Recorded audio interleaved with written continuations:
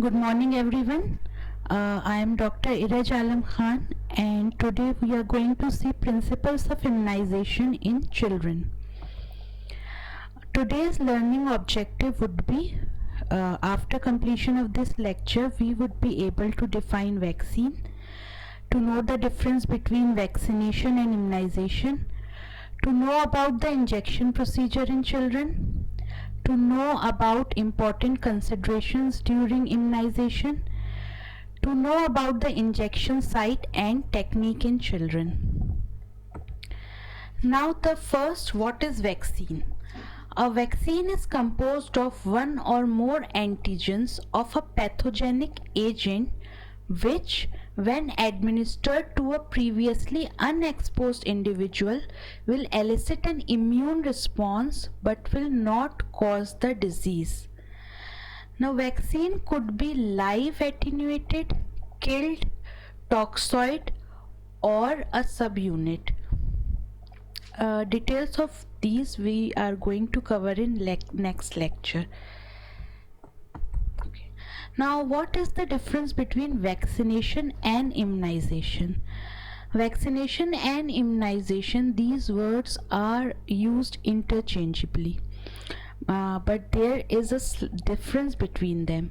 Vaccination means the act of introducing a vaccine into the body to produce immunity to a specific disease.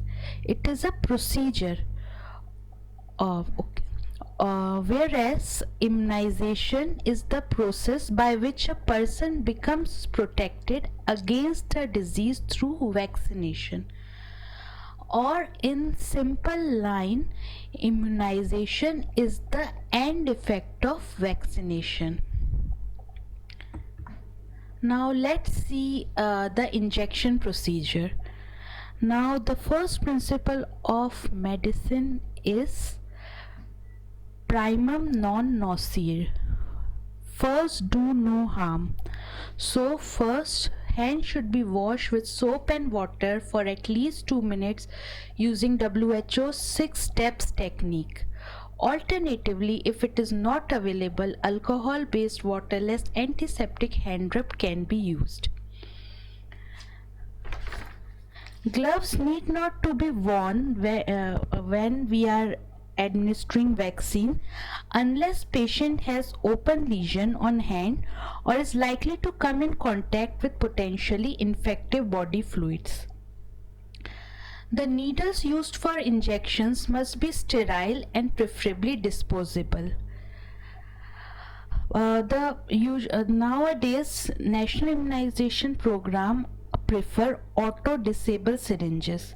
These are single-use self-locking vaccines which are designed in such a way that they are unusable after single use, and therefore they are preferred. However, if not possible, a separate needle and syringe should be used for each injection. If multi-dose vials are used, the septum should be swept with alcohol prior to each withdrawal. This is done to prevent contamination. However, changing needle between drawing the vaccine from vial and then injecting into the baby is not necessary.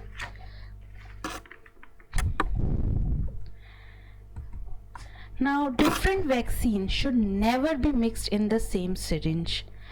This is because we don't know the compatibility of the two different vaccines, so it should always be avoided.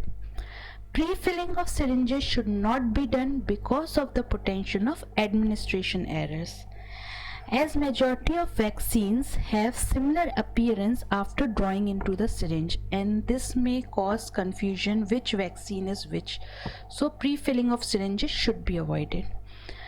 The needle should be withdrawn a few seconds after finishing administration of the vaccine. This is done to prevent the backflow in needle tract. Injection site should be pressed firmly for a few seconds with dry cotton and should not be rubbed following injection. Needles and syringes should be discarded immediately after use. This is done to avoid needle stick injury and its reuse. The needles and syringes should be discarded in a labeled puncture proof container and preferably in the same room.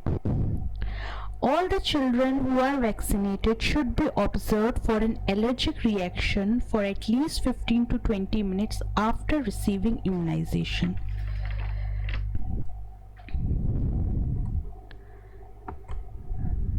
Okay.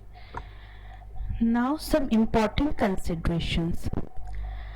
Vaccination at birth means as early as possible within 24 to 72 hours after birth, or at least not later than 1 week after birth. Now, whenever multiple vaccinations are to be given simultaneously, they should be given within 24 hours if simultaneous administration is not feasible due to some reasons. The recommended age in weeks, months or year mean completed weeks, months, years. For example, some mothers come to us as suppose for measles vaccination, and if we ask the age, they say they के 9 महीने में लगा है बच्चा. So this is means that the baby has completed 8 months and he has just started the 9 months. So we should then we tell the mother that no, they have to come after completion of the 9 months. So this should be kept in mind.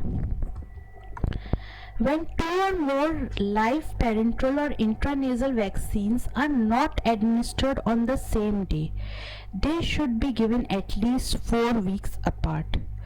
If by any chance they are given less than 4 weeks apart, they have to be repeated. This is because 2 live vaccines may interfere with each other. However, this rule does not apply to live oral vaccines. They can be given at any time. The minimum now kill vaccines, they can be given simultaneously or they can be given at any interval, but the minimum interval between 2 doses of same inactivated vaccine, like for example first dose of DPT and second dose of DPT, it is usually 4 weeks. Okay. Now sometimes parents come to us and they say that we are going out of station, so can we give the vaccine before completion of 4 weeks? Now in such cases, vaccine doses administered up to 4 days before the minimum interval or age can be counted as valid. However, if the vaccine is administered more than 5 days before minimum period, it is counted as invalid dose.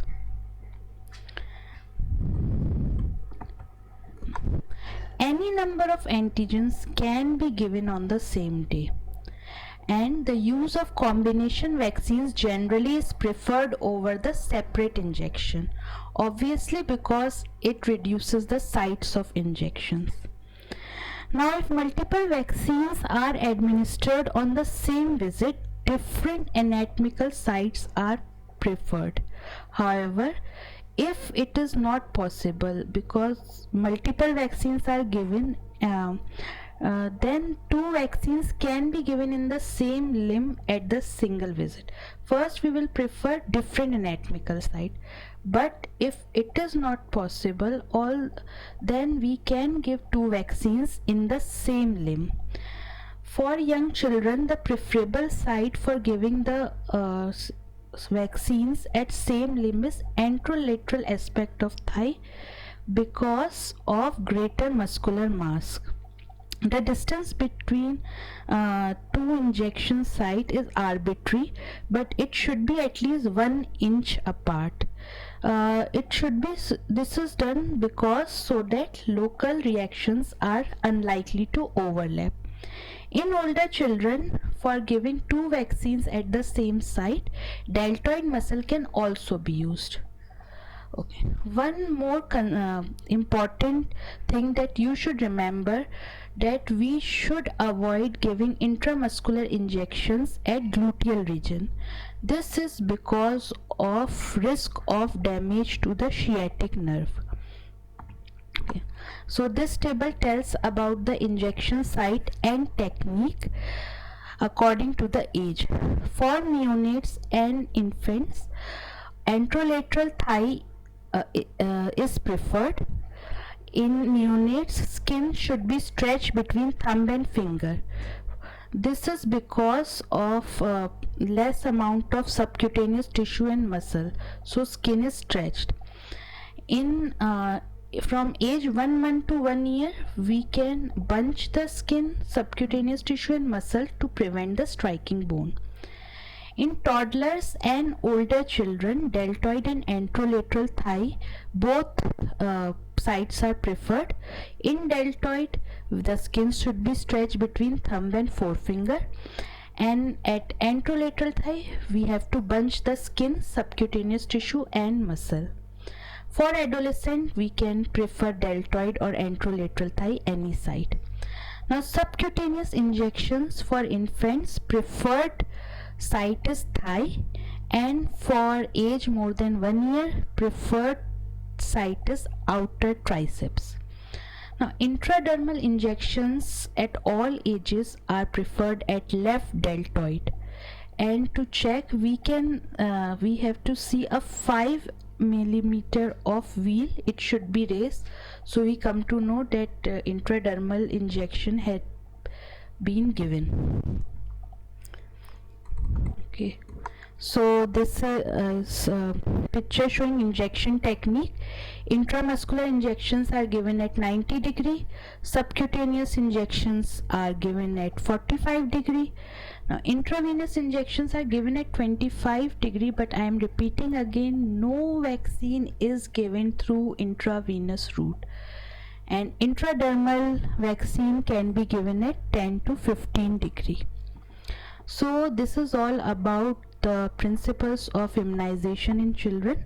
For any query, you can mail me at my email ID. Thank you.